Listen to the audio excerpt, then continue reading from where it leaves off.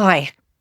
If you've ever stood at the edge of something new, heart racing, hopeful, yet hesitant, you're not alone. There's a moment in every transition where the old's been released, but the new hasn't fully taken form. And it's a strange in between space where the ground beneath you feels shaky and the future feels a little bit fuzzy. I remember one of those moments really clearly. It was the weeks leading up to our move to Bali, and in amongst all the packing and the goodbyes was the deeper work of reconciling the risk. We were leaving behind a known, predictable future for something unfamiliar and uncertain. There was no loud announcement. There was just quiet knowing deep in my spirit that it was time. But that didn't cancel out the fear. It was very real. And I was keenly aware this decision impacted more than just me. It touched my children, my husband, and our whole sense of stability. And still, the question that helped me move, that stabilized me in that space, was this curiosity, this thought of what if this is exactly what I've been prepared for? Hi, my name's Tracy. I'm a qualified counsellor, leadership coach, and a recovering control freak. In every threshold, there comes a moment to step forward, to move from where you've been to what you believe is your next aligned step. Now, this moment isn't about being perfect. It's about being very present, recognizing that this is a strategic movement, a season of transition. That's what you're in. You're in a threshold and it's sacred.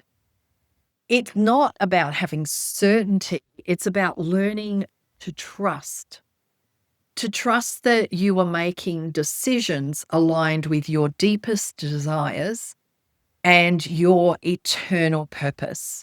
Trusting that God is leading you in this season of transition. Crossing over isn't the reward for figuring it all out and having it all planned. It's our deeper response to a divine invitation involving a reliance that God will meet you in your next as you trust Him with your. Now, we don't need to see the whole path. We just need enough courage to take the next step. And crossing over often includes three key movements. The first is discerning the time to move. Now, not every moment is a go moment, but eventually something shifts and you feel released from what was and you sense a gentle invitation towards what could be. But how do you know when it's time to move? This is where our God-given sensory systems, interoception, exteroception, and proprioception, these can give us clues to our soul. Now, interoception helps us tune into what's happening on the inside of us, the restlessness, tension, or peace that signals internal readiness.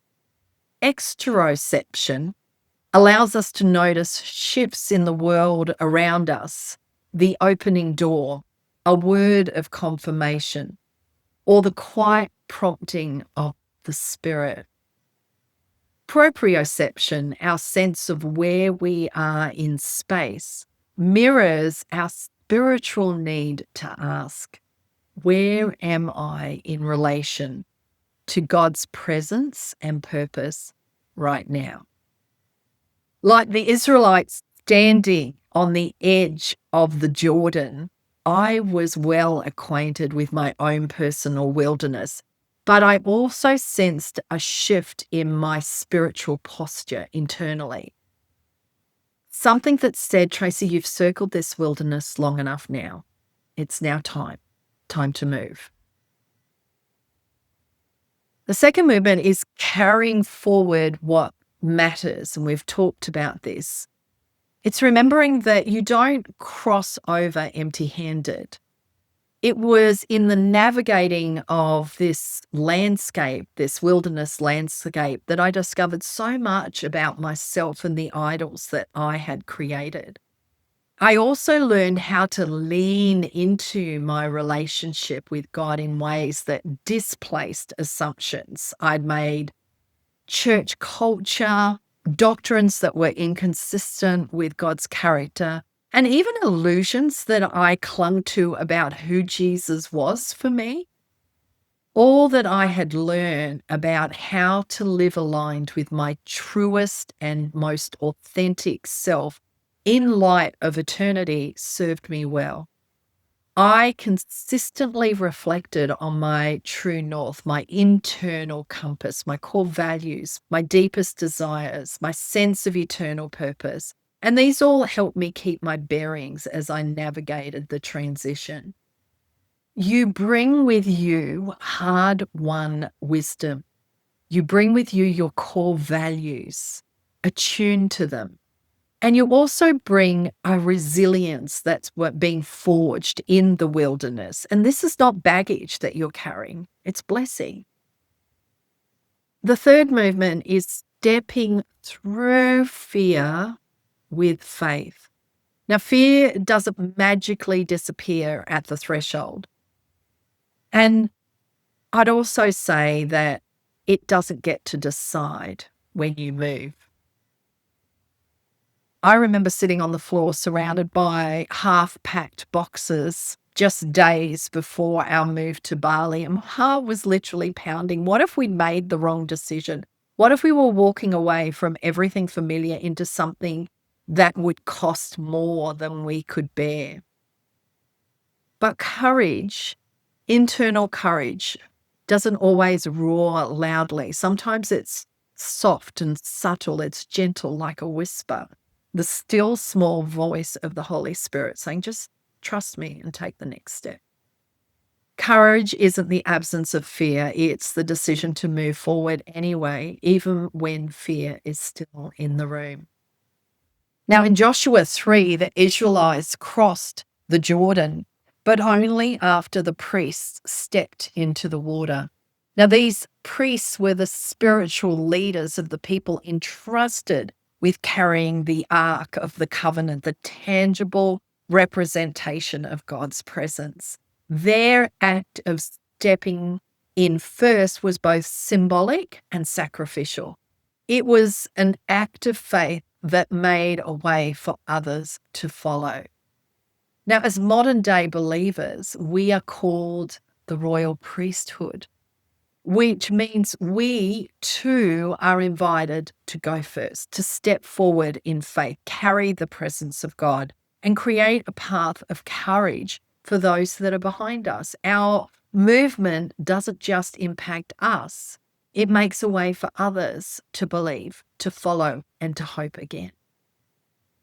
The path didn't appear before the movement, it appeared because of movement. And that mirrors a psychological principle known as action-based confidence. Research by social psychologist Dr. Amy Cuddy. Before we act, we have only our faith and trust. Her findings show that courage and confidence often come after we act, not before. So if you're waiting to feel 100% ready, you might never move. But if you act in faith, even a small step, the confidence often grows to meet you.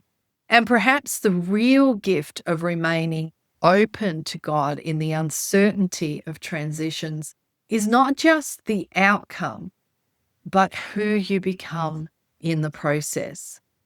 It's in these places of unknown that your resolve is strengthened, your trust deepens, and your relationship with Jesus shifts from living for him to truly living with him. So again, let's pause and consider. What threshold are you standing on today? What strength, value, or clarity are you carrying from the season behind you? What's one small step you can take, even if fear is still in the room? If you haven't already, grab the thresholds checklist. It's a simple, powerful tool to help you name your current season and move forward with intention. Crossing over does not require perfection, it simply requires faithfulness. Maybe the road ahead still feels unclear for you, but you don't have to stay stuck. You don't have to wait until you feel totally ready. You just need to trust the one who walks before you. So, next time we're going to explore the integration phase, how to live aligned with what's emerging in you. But for today, download the Thresholds checklist, that free guide to help you discern, reflect, move forward. Leave a comment below. Maybe let me know what resonated with you, what you liked, what you'd love to hear more about.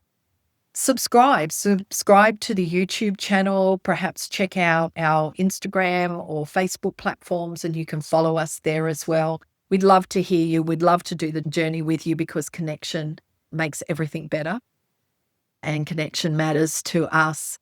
Remember that purpose begins where trust meets movement. Until next time, it's bye for now.